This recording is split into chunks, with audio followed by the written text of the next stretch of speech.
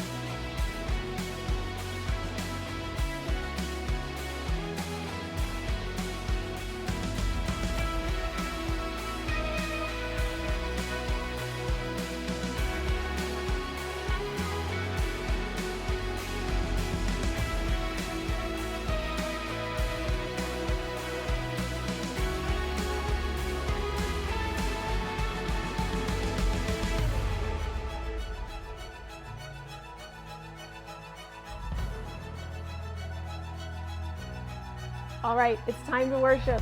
Go ahead, get yourself pumped, and if you're physically able, please feel free to stand. Let's make wherever you are a place of worship so that you can lean into the presence of God.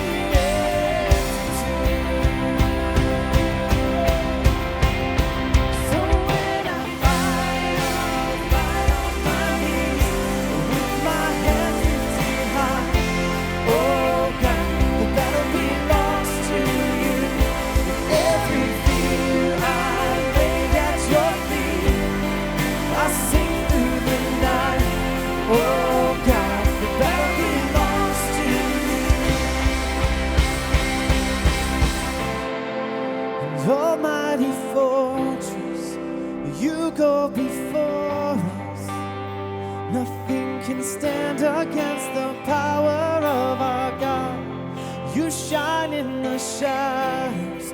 You win every battle. Nothing can stand against the power of our God. Almighty fortress, you go before us. Nothing can stand against the power of our God. You shine in the shadows. You win every battle. Nothing can stand against the power. Come on, one more time. Almighty fortress, you go before us. Nothing can stand against the power of our God. You shine in the shadows. You win every battle. Nothing can stand against the power of our God. So when I fight, I'll fight on my knees with my hands lifted high. Oh God, the battle belongs to you. Every fear I lay at your feet. I'll sing through the night. Oh God, the battle belongs to you. Oh God, the battle belongs to you.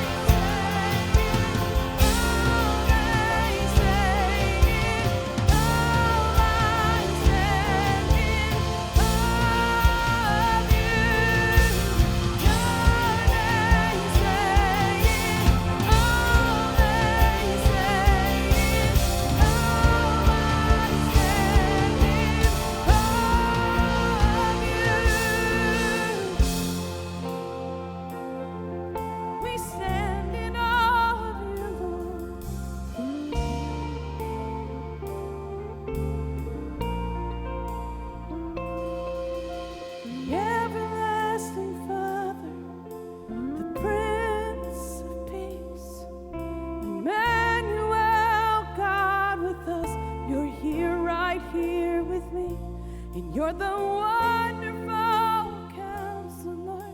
The government is resting on your shoulders. Oh, you are the everlasting Father, the Prince of Peace, Emmanuel, God with us. You're here with me. You're the wonderful Counselor. The government is resting on your shoulders.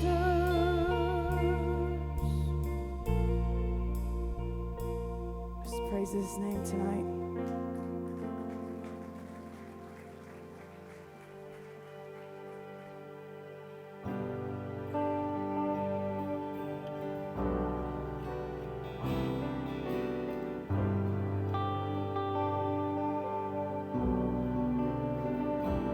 Cast my mind to Calvary, where Jesus bled and died for me.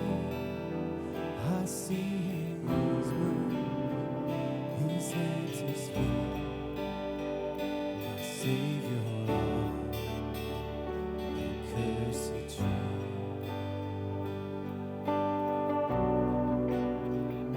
His body bound and drenched in tears, they laid Him down in Joseph's tomb, the entrance sealed by heavy stone. Messiah still, and all they know.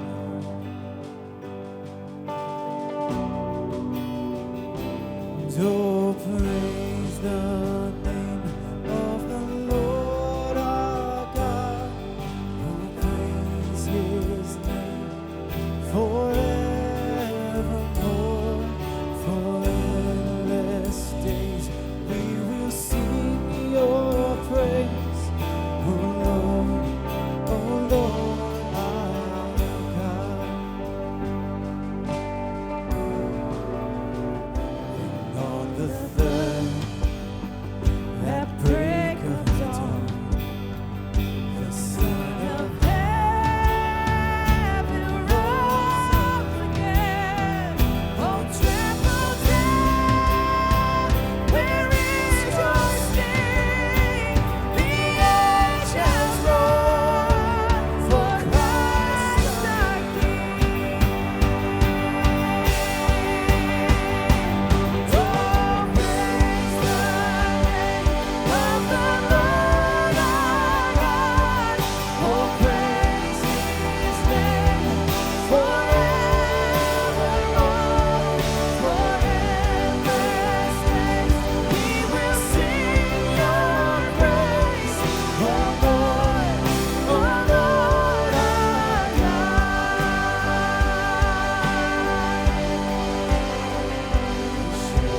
Return in robes of white, the blazing sun shall pierce the night, and I will rise among the saints. My gaze transfixed, Jesus'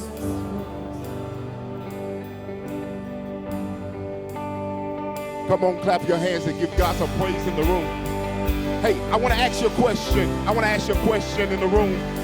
Have anybody ever went to a rehearsal or practice for something? Raise your hand. Whether it's a sport, whether it's a hobby, whether it's schoolwork, that you rehearse and practice something. And when you rehearse and practice something, that means you're preparing for a big day to come. You're preparing for a test. You're preparing for a show. You're preparing for something great. That's why you keep practicing and practicing and practicing. And I will let somebody know in the room today that your life down here on earth is a dress rehearsal of what's going to happen when we get to heaven. That's how your life is. It's a rehearsal. What do you mean by it's a rehearsal? That means you're practicing giving God praise. You're practicing worshiping His name. You're practicing bowing down before Him, giving His name honor, giving His name praise, because He deserves the praise and the honor. Can I get amen to that? Okay. That's going to happen. You remember it says Jesus rode on the third day with all power in his hand, and he took the sting of death, hell, and the grave. You remember that? He did that for me and you. Because one day you're going to die. And you're going to be in the grave. You may be cremated, and they may never find your body again. But when Gabriel sound his trumpet, I don't care if you've been cremated, I don't care if you're buried in the grave. When Gabriel sound his trumpet, the dead in Christ is going to rise first, and those that are remain going to be caught up to meet him in the air. And when we get to heaven, everybody, your grandma, your great-grandma, your best friend that's going on before you, you're going to all be together worshiping the name of Jesus, giving him honor, giving him praise together, and death ain't going to be able to happen to you no more, because God took the sting out of death. Yes, Lord. Now listen, I said this is a rehearsal, so I need for you to understand that you got to give praise down here. What you going to do when you get before God's throne? What you going to do when you see him face to face? What you going to do? You're going to give him praise. Are you going to give him praise? Are you going to give him honor? Are you going to worship his name?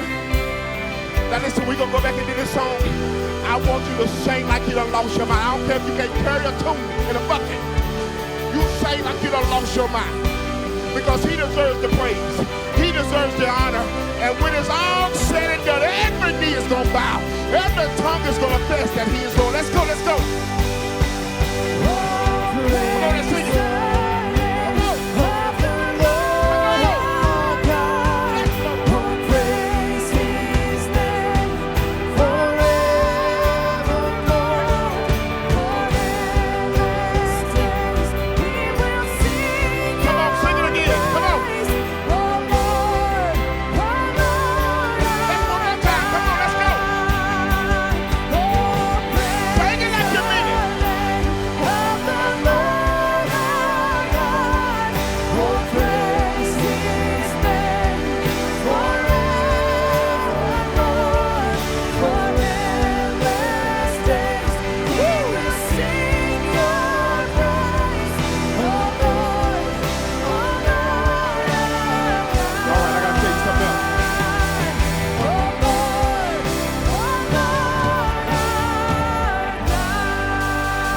Clap your hands and give God praise in this room. Now let me tell you, I gotta finish the story there. Because the Bible says the dead in Christ shall rise first. And those that are remain will be caught up to meet him in the air. To rise in Christ, that means you gotta have a relationship with Christ. Why are you gonna go to heaven and be with somebody you don't know? Why spend eternity with somebody a stranger? But you have the opportunity right now to get to know him for yourself. That when you leave this earth and you won't die, you got another home on the other side. With every head bowed, every eye closed in this room, maybe today. You came here today because you had a divine appointment for your salvation. Today, you recognize that I ain't gonna live always. My body gonna get old. Death is gonna come knocking at my door. My number's gonna be called. They can give me an extravagant funeral, and they can talk all kind of wonderful accolades at my funeral. But if I don't have a relationship with Jesus Christ, my life is not worth living. If that's you today, every head bowed, every eye closed in the room, maybe today you're ready to make a decision that today you're ready to give your life over to Christ. Don't you worry about who in the room, because when you stand before the Lord thy God, it's just going to be you and him. And you're going to have to answer for every deed done in your body. This is your opportunity now to give your life over to him. On the count of three, with every head bowed, every eye closed in the room. If that's you, on the count of three, I want you to raise your hand. I want to pray with you. 1, 2, 3, raise your hand. Go. Come on, come on. There you go. Thank you, Jesus. 2, 3. Wow. Father, we thank you now that you said in your word to confess with your mouth and believe it in your heart, and we shall be saved. Because God, we want to live with you and with eternity. But God, we got to have a relationship with you, that when death come knocking at the door, we're not scared of death, because death is just a vehicle to get me from time to eternity. Thank you, Jesus, that I have the opportunity to get to know you now than later. And God, we thank you for this sermon. We thank you for this service today, God. As it goes forth, God, I pray, God, that the words that Pastor Brian is going to resonate through the atmosphere, that it communicates to our spirit man, that we may be able to receive something that we have never heard before, or something that's going to shake us, because we know that in the midst of battles, we got to have faith. I pray now, God, that you open up the ears to our spirit, that we may be able to receive from you. In Jesus' name we pray, and everybody said, now clap your hands and give God praise in this room. Whee! Lord, I feel good in my spirit. Hallelujah. You may be seated in the presence of the Lord, and as you know, it's Black History Month, and so I want you to pay attention to the monitors at this time as we celebrate Black History Month. Hey, welcome to Life Springs Church. My name is Dale Sauls, and I'm the lead pastor of Life Springs. We're so grateful you came to one of our worship environments. Today is the end of February. Now, as you may be aware, February has been marked as Black History Month, and that's important to Life Springs Church because it taps into one of our core values. We want to be multi-generational, multi-site, and multiracial. And we believe that's what God wants the church to look like. The red, the yellow, the black, and the white, they're all precious in His sight. So we thought it would be cool to have each of our pastors to just come on and say, hey, this is a Black American who helped make me the person I am today. They influenced me in a positive way. And so I want to start. I want to tell you about 3 preachers who I didn't know personally. Only one of them I got to meet personally. But I listened to cassette tapes over and over and over, and they shaped me and made me the preacher I am today. You should Google these preachers. One of them is Frederick G. Sampson. One of them is S.M. Lockridge. And the one I got to meet, actually went to his church, was Dr. E.V. Hill. These 3 guys poured into me on an incredible basis and helped make me who I am today. Listen to some other pastors as they tell you who influenced them. Hey everyone, my name is Shane. I'm the campus pastor at the San Lee location, and today I would love to honor Mr. Wesley Holmes. Mr. Wesley Holmes was very influential in my life. He was a teacher, and the thing I loved about Mr. Holmes was he did not judge anyone, and he treated everyone as the same. So today, thank you, Mr. Holmes, for not only being a teacher, a friend, but also a man of faith. Thank you. Hey everybody, my name is Brian. I'm the campus pastor over at Western Harnett campus, and somebody who's impacted me deeply would be my neighbor, Aaron Burns. When I was growing up, I didn't have a father in my life, and he really stepped up and became a father figure for me, and for the first time really taught me what it meant to be a man of God, and talked to me and showed me how to treat a lady and just how to really live your life in God's way. And it was completely life-altering for me, and I don't know where I would be without his tutelage and without him showing me the way. So right now I just want to say, Aaron Burns, thank you so much, and thank you to everybody who stepped up in a large way. Hey everybody, I'm Jonathan. I'm the campus pastor at our Selma location. So during Black History Month, the person that I want to highlight was one of my professors in Bible school, Henry Moyo. Professor Henry, as he liked to be called, taught me an incredible lesson for me. He said that ministry is not just how you teach people, but it's that you have to reach people. And his big thing was that it's not just the words you say, but it's the way you live. And he wanted us to go and serve. In fact, I heard him say, while you're doing school, make sure that you're not on your way to ministry, but that you are ministering on the way. In other words, you live your life by changing people through what you do. And so for me, I took that lesson from him. So thank you, Professor Henry Moyo, for impacting my life. Hey everybody, I'm Pastor Daniel Owens, Director of Life Springs Dream Center, and someone that I admire in my life here in Black History Month is Frederick Douglass. Frederick Douglass, born a slave and went through life, and at the age of 20 he became a free man. But that did not stop what he would become, because later on in life he began to dabble in politics, and he was the first African American to get a vote for President of the United States. Several through the years, in 1888 in Kentucky at a Republican convention, he was nominated as Vice President of the United States. Wow, from a slave to a nomination for the Vice President, that'll let you know where you start is not necessary or where you end at. And that's why Frederick Douglass is somebody that I admire.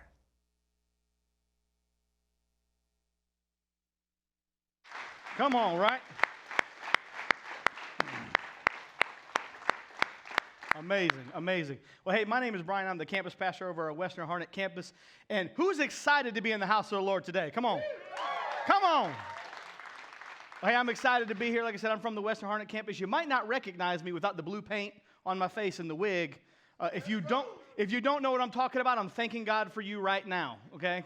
But I'm really excited about today's service and today's sermon. But before we get started, come on, we got a big church family. We got to welcome into here real quick. So let's welcome everybody in the lounge at Selma, at Western Harnett, online. Let's give a big hand for all of our church family. Come on. All right. Woo! Hey, have y'all felt like we had church already? Well, I about gave the mic to Daniel and said, man, just stay up there. Because the Holy Spirit got a hold of that man today. Well, hey, I'm excited about today. If you want to follow along in today's sermon, all you got to do is text sermon to this number. Let's say it together because we do everything better together, right? So let's say it together on the count of three. 1, 2, 3. 919-586-8900. Just text sermon to that. You'll get all my sermon notes. You'll be able to see where I stay on track and where I just lose it and let the Holy Spirit take over. So if you want to follow along, just text sermon to that number. Or if you need some prayer, by a show of hands, who needs prayer? All you who don't have your hands up, we're praying for you for lying, so that's good. All right. But can I let you guys in on a secret? We're praying for you anyway. Give us some direction. All right? Because look, it's one thing to be like, hey, God, look, just give them what they need. But, y'all, we got a big church. That's a lot of people to say, hey, God, just give them what they need, one after a time. Give us some direction of what you need, all right? If you got it, say got it. Got it. All right. We've been in this series, and again, if you saw the video last week, you know how to say it, the name of the video, of the series, right? So let's say it on the count of three. 1, 2, 3. Let's go. I love this. It's been so fun so far. I've really, really enjoyed it. And if it's your first time here or you're new to Christianity or anything like that, this is going to be a great sermon series for you to get a hold of. I encourage you to go back and look at last week's because Pastor Dale brought a word last week. Come on, somebody, right? And this whole series, we're learning all about faith and how faith unlocks the great future that God has for us. It unlocks God's promises in our lives. Our faith unlocks our future. And last week, Pastor Dale, he talked about how we got to get moving in our faith. You got to get that first step. Y'all remember taking that first step is always the hardest, right? Yeah. And just like when Joshua crossed that Jordan, we got to get ready to take that first step. That first step. And that took an amazing amount of faith to cross that Jordan, didn't it? Yeah. You imagine stepping in the water. And it's getting deep, y'all. Like it's probably neck deep, and ain't nothing happening, and you still going to take another step. That's some faith. That's some faith. You believe in faith even when you can't see the miracle. Look, who would like some faith like that? I was thinking about that all week. Just like, man, I want some faith like Joshua. So I started thinking like, how did Joshua get the faith that he had? Well, it made me think, well, how did he develop his faith? Like you got to kind of go back and see what he went through to see how he's going to get to where he's going to get to. So I said, you know what? Pastor Dale always talks about how you got to swing back to go forward. So we're going to go back. Somebody say, let's go back. Let's go back. We're going to go back. We're going to go back and look into Joshua's past to see how he took care of his future. So that's going to take us to our Lifesprings Church social media moment. Go and get your phones out, put it on Instagram, Snapchat, TikTok. If you're still on MySpace, we're praying for you. But here it is. It's today's battles build faith for tomorrow's victory. Come on, somebody. Today's battles build your faith for tomorrow's victory. See, everybody likes that victory part, right? Somebody say victory. Yeah, but nobody wants to say battle, do you? We like the end, not necessarily the beginning. But you got to go through some stuff to get yourself ready for the victory you got coming. Yes, sir. Show of hands, who's been through some stuff? Y'all going to be like, will you quit telling me to raise my hand? You have to switch to the left hand every once in a while, just kind of keep doing it. But I've been through some stuff in my life, and some of it's not, some of it's kind of embarrassing. Let's put it that way. Sorry, I get choked up just thinking about it. But when I was young, I was a teenager. And believe it or not, I had aspirations to be the next great Christian rapper. Look, y'all, I had an album cover. I like this. Look, I was gangster, y'all. Like, for real, no. I wrote songs. I stay up all night. Like, I was preparing songs. Like, we went to this church, and they were crazy enough to let me rap at church. I was part of the worship team. Had a boom box and everything. Like, y'all don't know about boom boxes. But I sit up all night, I make my beats, and then I start writing. I have my Bible out. I'd be researching scriptures, and I'm writing all this stuff. Had to look like a fool. But I go up there, and there's about 20 people at the church. That was about it, because that's all the only people who actually want to listen to it. And I go up there, and I do my thing. And I get done there, I'll clap, and like, yeah, that was so good. I thought I was going to be famous. I was like, yeah, I'll be a Christian Eminem. Gospel Slim Shady. Problem is, ain't nothing slim about me. But what it did, as I battled through my identity crisis, I guess, but it prepared me for what I do now. The craziness I was walking through was setting me up for the victories that I'm going to walk into today. I learned how to study the Bible in order to get something out of it, to be able to tell a story from it. I learned how to take text from the biblical thing and put it into today's realizations. And it changed my life. And it changed my future. And we've all had some things happen in our past, some good things, some bad things, a little bit of everything. But these things prepared you for who you are today and for the victory God's sending you to tomorrow. Now, as I said, we're going to go back and see into Joshua's life. And there's a bunch of stories, y'all, about Joshua. There's a bunch of them we can go back to. But today I want to go back to the story where he wasn't even the main character.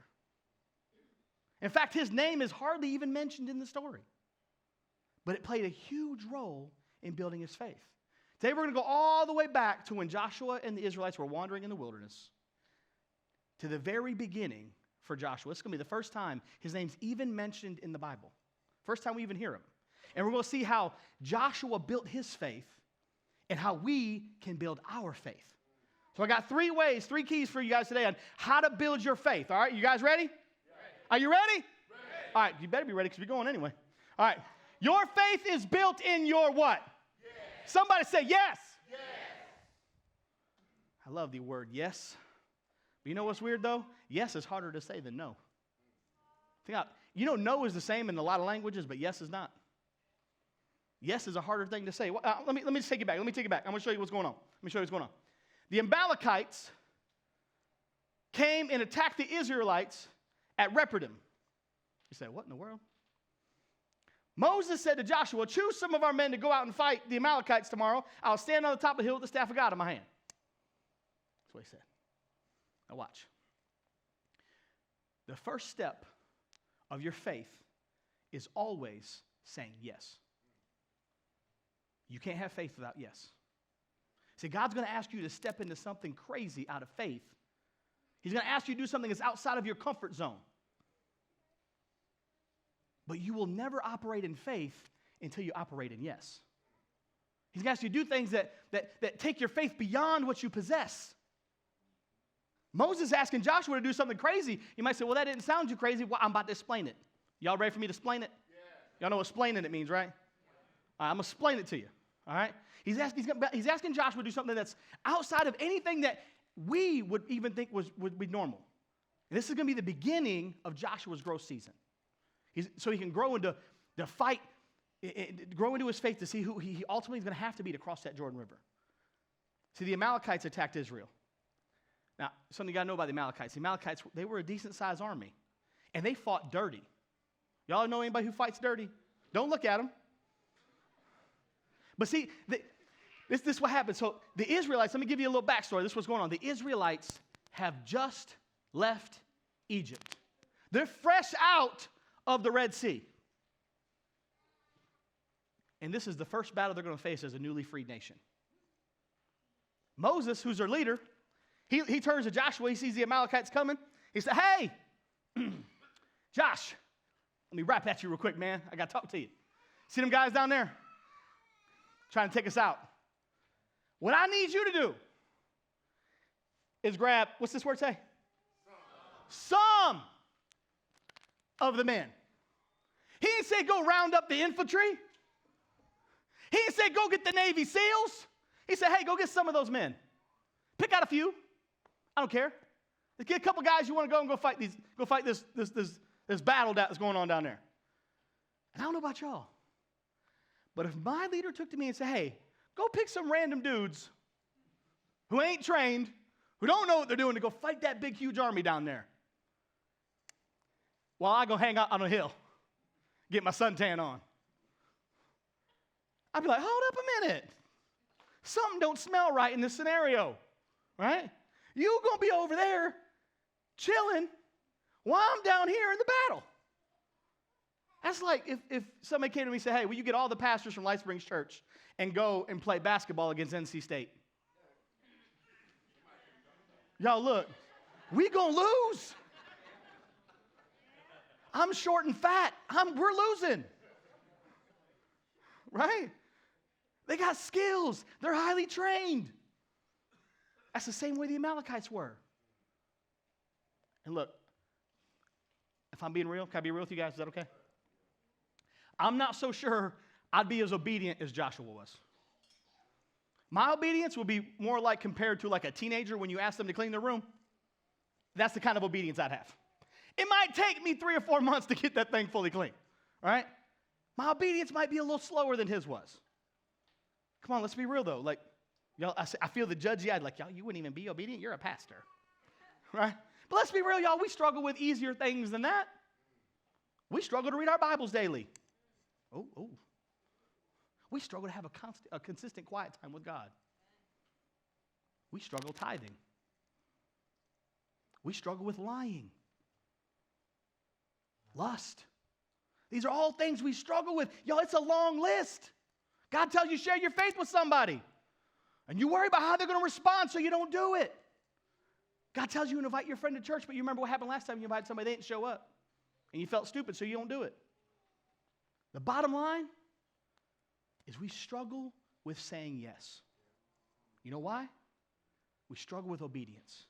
And we struggle with obedience because we struggle with our faith. If you want your faith to grow, it starts with saying yes. It starts with being obedient. Somebody say yes. Yes. All right, that's number one. Number two, your faith is built in your battle. Somebody say, my battle. My battle. All right, see, I'll make you raise your hand and talk all night long. Y'all gonna leave here like, man, he made me exercise at church. But there's 2 questions as I go through this part. I'm gonna spend most of my time here in this battle part. I just wanna let you know. There's 2 questions I really want you to try to get from and answer from what we're gonna talk about. The first question is this even your battle? Because not all the battles in our lives are ours to fight. Sometimes we try to fight battles that God said you don't need to touch. God never intended for you to be in that situation. Like I told you, the Israelites had just left Egypt. They just fresh out. And when they were fleeing Egypt, if y'all remember, they were being chased down by the Egyptian army. Time for battle, right? They could have stayed there on that side of the Red Sea and fought. They could have. They'd have lost, but they could have fought. But God said, no, this ain't your fight. This ain't your battle. I don't want you to fight here. I want you free here. So I'm going to split this sea and let you walk on dry land because this ain't your fight. But now, somebody say now. Now it's different. Now it's their turn to fight. This is their fight. Specifically, this is Joshua's fight. Let me show you what happens. So Joshua fought the Amalekites as Moses had ordered. And Moses, Aaron, and Hur went to the top of the hill, and they decided they were just going to go chill. I'm just kidding. They actually was up there doing something. As long as Moses held his hands up, the Israelites were winning. Whenever he lowered his hands, the Amalekites started winning. When Moses' hands grew tired, they took a stone, put it under him, he sat on it. He really did get to chill on that hill, didn't he? And then Aaron and Hur held his hands up, one on one side, one on the other, so that his hands remained steady until when? Sunset, that's a long time. All right, so now we're going to get to the second question I want you to answer through this. Who's fighting with you? Who's fighting with you? Look, you never want to fight alone.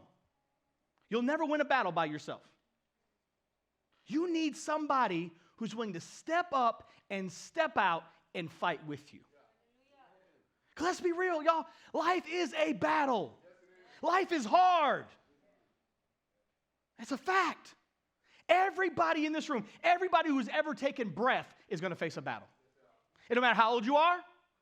It don't matter how educated you are. Look, you could be a doctor or you could have dropped out of high school. It don't matter, you're facing battles. Be a millionaire or living on the streets, you're facing a battle. Battles come to everybody, and they come in all shapes and all sizes. Some are brief, some are simple, and others are drawn out and complicated. But regardless of the situation, this is one truth that's going to always remain. Without a battle, there can be no victory. Without a battle, there can be no victory. Now, this battle, it came to Joshua. It came right to his doorstep, and guess what? He wasn't ready. They weren't ready. They just left Egypt. They're still tired. They didn't have an army. They weren't trained. They weren't trained to do this. They were far from battle ready. You ever notice the enemy never shows up when you're ready for battle? Every time the devil comes knocking on your door, you're like, man, I ain't ready for this. That's why you need somebody fighting with you. Because you're not ready for your battle, but somebody else is. Got to get ready. See, because this is the truth. Because if you're ready or not, the battle is here for you. Whether you're ready or not. And Joshua's going to learn right here what it's like to go back and forth in battle. He's going to really feel like, what is this really like? He's going to see what it's like when I win. Come on, who likes when they win? 2 people. Daniel, you a winner in my book, bud. Who likes to win? Okay. Make sure y'all awake. But come on, we've all had those seasons, right, where we feel like everything just clicks. Like everything's just going our way. You find some money on the ground, and it's like, there ain't nobody around. Must be mine, right? Y'all ever had that happen? All of a sudden, you're like, I thought my electric bill was like $300. Why does it say $50? Thank you, Lord. I don't know if that's ever happened. Never happened to me, but you know what you're talking about? It's like those but God moments just happen over and over and over and over and over again. That's what he learned what it would be like. He learned that through this battle. But he also learned what it felt like to lose. Y'all know that feeling, right? When your prayers go unanswered. When you don't know how you're going to pay your bills, let alone eat today. When you hear those words from the doctor, you got cancer. See, both of those kind of battles, though, the ones you feel like you're winning, the ones you feel like you're losing, your faith grows. This is a battle he didn't seek out. He didn't choose this battle. He was told to get into it. And he didn't start it either. But it's still a battle he's got to face. And we face battles like this every day. Every day. Not something you start, not something you choose, not something you searched out, but you still got to fight. Look, I don't know a single person who ever sought out to get cancer. I don't know anybody who would choose it. But it's still something that a lot of people got to fight through. I don't know anybody who say, you know what, I want to be depressed today. But they still got to fight it. I don't know anybody who's ever chosen to be anxious all the time. But they still got to fight anxiety. Look, who here wants to be stressed? But if you got kids, you know you got to fight that mess. We don't look to have shame, but we still got to battle through it. We face these battles that we never chose. And those tend to be the hardest battles we're ever going to face. But it's in the battles that your faith is tested. It's in the battles that your faith grows. Faith grows when you fight. You want to think that cracks me up about the story? Every time the story is told, they make Moses out to be the hero. He was sitting on a stone with some dudes holding his arms up. He had it the easiest of everybody in the story. Even Aaron and Hur had to hold his arm up. He just loving life. So I really wanted to take today and look at it from Joshua's perspective. Moses telling him, hey, I'm going to be up on this hill. Be doing my thing. You going down there and fighting. And Joshua's doing it. He's fighting. And he's fighting because he's being obedient to his leader. And while he's down there fighting, that's what I want y'all to get. That's what I want you to get. He has no clue what's happening on the hill. He has no clue. He don't know what Moses is doing.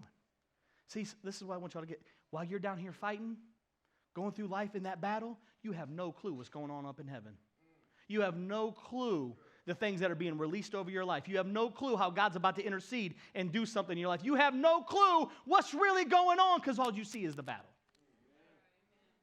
He don't know what Moses is doing. He has no clue what's happening on the hill. The only thing he had was instructions. Moses, what did Moses tell him? Go get some men and fight. That's it. Go fight. He couldn't hear what was going on the hill. He wasn't privy to God's plan. And Moses didn't tell him. He couldn't hear the prayers Moses was saying up there on that hill. He couldn't hear how Moses was interceding on his behalf. For Joshua, all he got was silence. Sometimes you got to fight through the silence. Writing this sermon, I heard a lot of silence. Be real. Talked to Pastor Danny about it this morning. I wrote 5 sermons before I got to this one. That's a lot. My wife was praying for me. She's like, man, if this boy don't write a sermon, I'm going to kick him out the house. I'm driving her nuts. But this is what was happening. God put this on my heart weeks ago. And then I heard we are going to talk about Joshua. And I wanted to go to the typical Joshua story. I wanted to preach about Jericho. Come on, I wanted to come up here and be like, your walls are coming down. Come on, somebody. I wanted to preach hellfire. I wanted to preach some things coming down. I was excited to preach about walls. I wanted to preach about things was going to break. And I was like, you know what, God, I know you told me to preach this, but I'm going to preach Jericho. I had other plans. And I tried to force what I wanted instead of what God told me. God gave me instructions, and I didn't say yes. And I sat down at my desk, and I'm going, God, give me a word about Jericho. And you know what God said? Not a thing. I was like, did you forget this? Like, you could talk? Like you know I'm here, right? I got to preach in like 2 days. Nothing. You could have heard a pin drop. Peek. Nothing. It's like God put on them headphones with the noise cancellation, like, can't hear you. I'm praying, nothing. Quiet time, it's quiet. Open up my Bible, like, it might as well have been blank pages for me. But y'all ever been there? Where you struggling and all you get is silence. Y'all ever been there? See, what I realize, though, it's not that God's not listening. It's that we're not. Not because he's speaking so quietly. It's because he already spoke. He already gave you instructions. He already spoke. What did he tell you? He said, go fight. He didn't want you to hear nothing else. Because guess what? If God would give you instructions and then start talking again, you'd forget the instructions because you'd be focused on what he's saying now. He needs you focused on what he told you to do. And he ain't going to give you new instructions until you're faithful enough to do the ones he already gave you. Joshua had no idea. He had no idea as he's down there if God was going to even show up. I bet when he was losing, he'd be like, God, what's going on? You freed us from Egypt, and now we're losing our first fight. He had no clue if God was going to step in and fight with him. He had no clue if God was going to move. All he could do was keep fighting. Somebody look at your neighbor and say, keep fighting. Keep fighting. Come on, say it with some passion. Say, keep fighting. Keep fighting. So he goes out, and he starts to fight. And then he starts to win. And I bet in that moment he was like most of us. Come on, you know what it's like? We start to do something, and it starts going good, and all of a sudden we're the reason it's good. You know what I'm talking about? Like, come on. It must be me that things are going good in my life. I must be doing everything right. He's like, man, I'm such a great commander of this army. That's why we're winning this battle. That's why we're winning. I never even commanded a thing in my life, and now I'm the greatest commander Israel's ever seen. Only commander they've ever seen. But we do that. We win a battle and pat ourselves on the back. give ourselves credit for what God did. It's like this. You lose your job, praying that nobody does. But you lose your job, this illustration. Lose your job, been unemployed for weeks. Praying daily, God, I need a job. God, I need a job. God, I need a job. And all of a sudden you get a call, you got an interview. You praying the whole way to the interview. God, deliver me this job. Lord, I need this job. God, please release the floodgates of heaven and give me this job. And you go on the interview. And you leave. About a couple hours later, you get a phone call. You got the job. And you're like, woo, I got the job. Must have crushed that interview. What? You've been praying and you crushed the interview? No, you didn't. God showed up. God showed up before you showed up. Because what you didn't realize is that before you got there, the one who was actually qualified for the job, who was supposed to interview before you, God made sure he got a flat tire on the way there. He had to make sure that nobody but you could get that job because he knew you was unqualified for it to begin with. It wasn't you. God was interceding on your behalf. God was qualifying you for something you were unqualified for. And that's what he's doing to Joshua. He's qualifying him.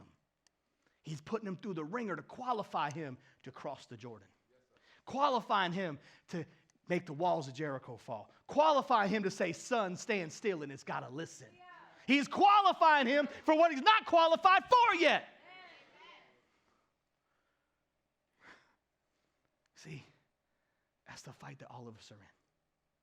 We're in a fight to get qualified for what we're not qualified for yet. And we don't see who's fighting with us. Not fighting against us, but fighting alongside of us. Because all we see is the battle in front of us. We only see that battle. We only see those kids who aren't listening today, who are driving us nuts. We only see the struggle with the porn addiction. We only see the fight to keep my marriage together. We only see the stress of my job. We see the fight we're in because that's all we're qualified for right now. We don't see, just like Joshua didn't see. He didn't see Moses on the hill. You don't see your mama behind the scenes praying for you anymore. You don't see the pastoral staff praying for you every time we get a prayer card. You don't see your small group leader praying for you every single day that you finally have a breakthrough. You don't see it. And instead, when something miraculous happens, when that car misses us on the freeway, oh, that was just dumb luck. No, your thought process is dumb. That wasn't luck. Because it's easier to fall on luck than it is to fall into faith. Because let's be honest, faith is hard. Come on, somebody, right? Faith is hard. Faith's tough. Because sometimes the battle just doesn't feel like it's going to go your way. Sometimes the enemy ambushes you, hits you where it hurts, hits you where you're vulnerable. Happened to Joshua. Remember Moses' arms started to fall? That's why he had to get his recliner and his guys to hold his arms up. When his arms started to fall, Joshua started to lose. And I want you to see how the Amalekites fought. Watch what it says here in Deuteronomy. Remember what the Amalekites did to you along the way when you came out of Egypt. When you were weary and worn out. See, the devil will come at you right at the right time. They met you on your journey and attacked all who were lagging behind. Ooh, they had no fear of God. It's exactly how the devil does. Hits you at your weakest spots, at your weakest times. Well, I got a word for somebody today. Wounded don't mean defeated. Come on, wounded ain't beaten. Watch, we're going to go back to Exodus. Watch what we said. So Joshua what? He what? He overcame the Amalekite army with the sword. He overcame. Who here has been in a battle lately? Let's be real. Come on, we're family, right? Let's be real. Been in a battle? Okay. I want you to see the scripture again, but I want to do it different. Say your name and what you're facing right now. I'll do it. So Brian overcame stubbornness. So Brian overcame fear. So Brian overcame anger. Come on. On the count of three, I want everybody to say your name and what you overcame. All right, y'all ready? 1, 2, 3. So, overcame. That sounded kind of funny, didn't it? But what I wanted you to hear, it sounded like some muddy, just talking craziness. But every voice is an overcomer. Is the head and not the tail. Is victorious. See, there's power in saying that. Power of life and death is in your tongue. Come on, somebody. Somebody say, I'm an overcomer. I'm an overcomer. You are victorious. Look, but you're going to need the ups and the downs of the battle to build your faith. Easy wins won't build your faith. Look, you're going to think you're a real good basketball player. You keep playing against kindergartners. But that dream's going to get crushed when you go up against somebody who can actually play. Faith fizzles on the mountaintop, but it's built in the valley. Watch what it says here in Jeremiah. I want you to hear this. They will fight against you, but will not overcome you, for I am with you. Amen. Come on, I was waiting. Somebody, amen, come on. I am with you, and I will rescue you, declares the Lord. Amen. Look, some battles you face in your life, you'll walk away from feeling victorious. And some battles you won't. But our faith grows because we know that victory or defeat, no matter what, was never ours. Our only responsibility is to fight and to have the faith to know that the outcome is always in God's hands. It's never up to us. We just got to fight. Somebody say fight. All right. Number 3. So your faith is built with your yes, with your battle, and with your what? Testimony. So here's the thing. They just won this big, huge battle. The very first battle ever, they win. Joshua's victorious. He won and he didn't even know what was going on. He's fighting, winning, losing, fighting some more, winning some more, losing some more, fighting some more. Keep going on and on and on. All day long, remember, said it went all the way until the sun went down. But when the Israelites won, God told Moses to do something. I want you to see this. Then the Lord said to Moses, write this on a scroll as something to be what? Remembered. And make sure that what? Joshua hears it. God told Moses to make sure that Joshua hears his own story. What? Because Joshua didn't even know his own story. He knew he fought. He knew he won a little bit, he lost a little bit, and was ultimately victorious, but he didn't know how he won the battle. He had a testimony and didn't even know. Some of you have felt like, I ain't got a testimony. All these people at church, they got all these things they've been through. God's brought them through. And I ain't got that. Maybe you're new to faith. You say, well, it didn't really ever happen for me like that. You got a testimony. You've won a battle. You have a story, and you didn't even know it yet. Because you haven't heard it. You've been struggling with your faith. Feeling like God's been far away. It's been hard to trust God. And you're starting to wonder if He's even there. You're seeing the faithfulness that He has for everybody else, how He keeps showing up in all these other people's lives.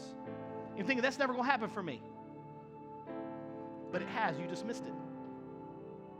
Because you were so busy fighting.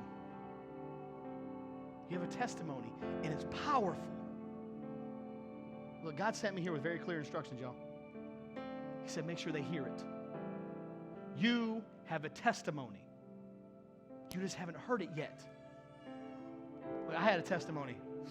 Me and my wife. We lost 2 children in in the span of a year. Had 2 children pass away in the span of a year. And I remember how hard that was. And we struggled so much. One of the darkest times of my life.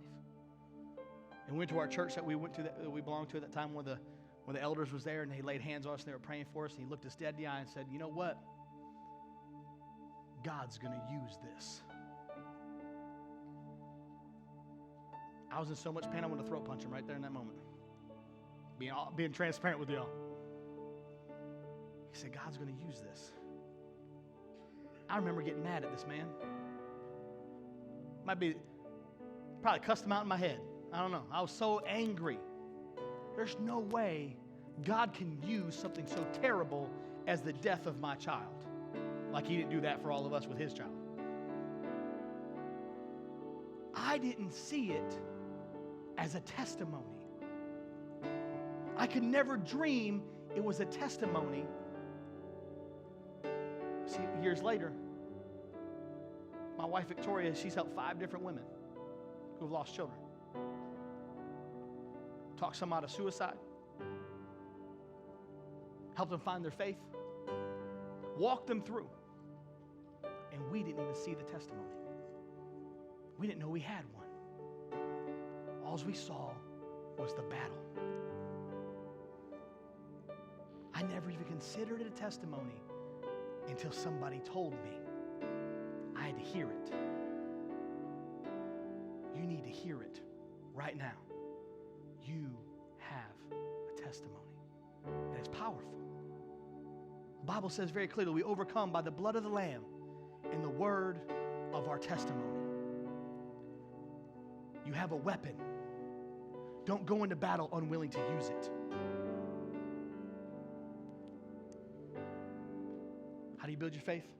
Your faith is built in your yes.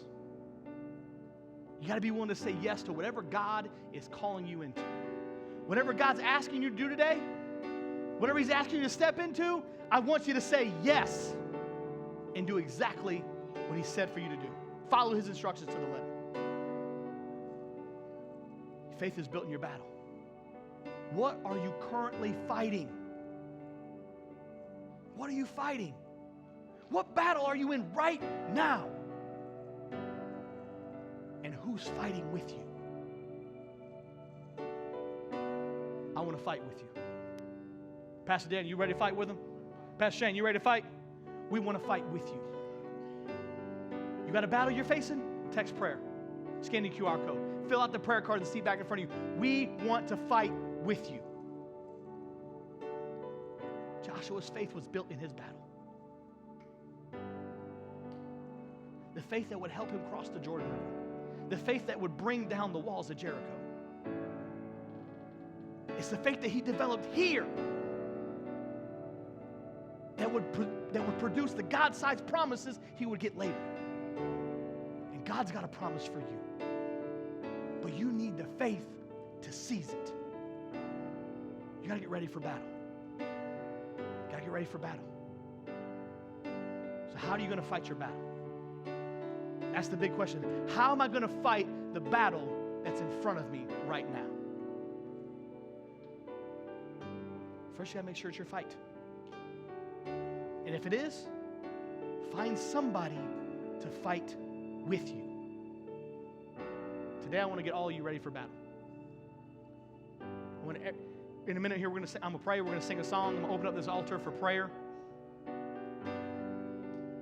Don't fight your battle alone. If you don't get nothing else out of this, don't fight alone.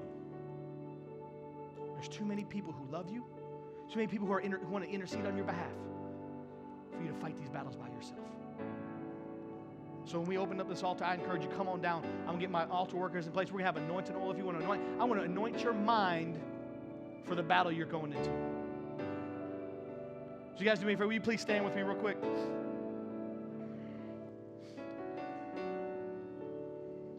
I want to pray for you. I'm going to open up this altar. Let's pray. Every head bowed, every eye closed. Heavenly Father, I thank you, God, that we never fight a battle by ourselves. As long as you are with us, we'll never fight alone. It says in your word that no weapon formed against us will prosper. That tells me that somebody stronger than me is going to stop it from happening. So God, my prayer today, right here, right now, is that every battle they face, whatever it is that's in front of them right now, they say yes to what your instructions are. Step out in faith. However you told them to fight, fight. Wherever they're supposed to go after it. And don't let them fight alone. It says in your word, where two or more are gathered together. Two or more. The first time in your word you said anything was bad is when you noticed we were alone. We're never meant to fight by ourselves. So God, as they prepare for this battle, I pray that you give them boldness. I pray that you give them strength. I pray that you give them courage.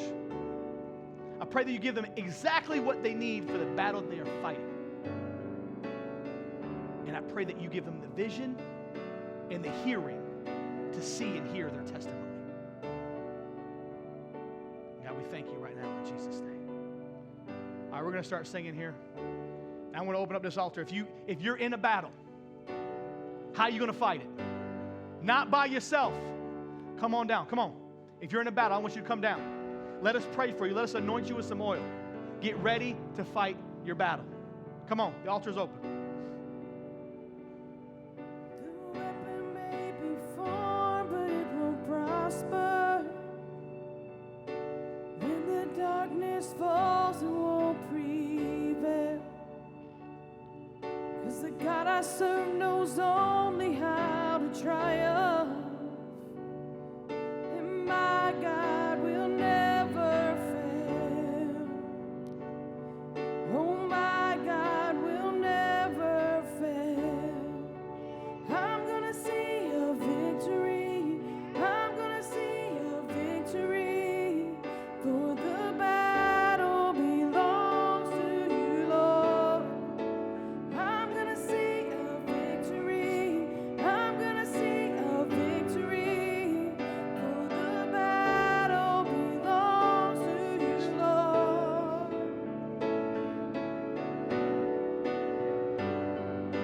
Don't fight it alone, guys. There's no point in going at this war by yourself. There's power in the mighty name of Jesus. And every war he wages, he will win. Oh, I'm backing down from any giants. 'Cause I know how this story ends. Yes, I know how this story ends. And I'm gonna see a victory. I'm gonna see a victory. For the battle belongs to you, Lord. I'm gonna see a victory. I'm gonna see a victory. For the battle belongs to you, Lord. And I'm gonna see a victory. I'm gonna see a victory. For the battle belongs to you, Lord. And I'm gonna see a victory. I'm gonna see a victory. For the battle belongs to you, Lord.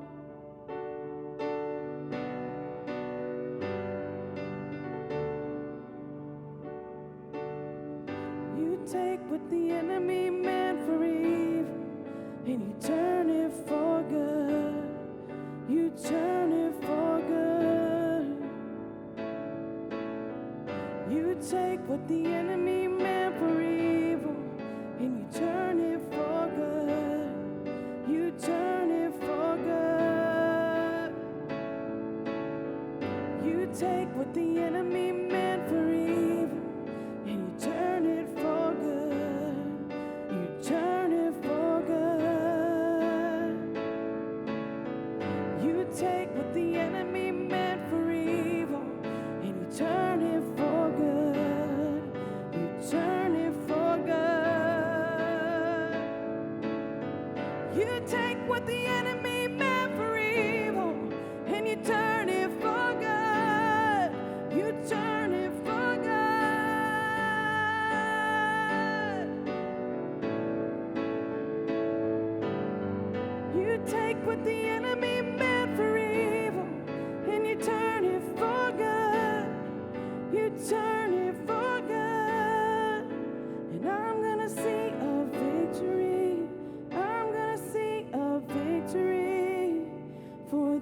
battle belongs to you, Lord. And I'm gonna see a victory. I'm gonna see a victory. For the battle belongs to you, Lord. Thank you for watching with us. We hope you heard from God today.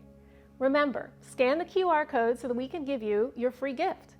And don't forget to text 411 to stay up to date on all that's happening at Life Springs Church.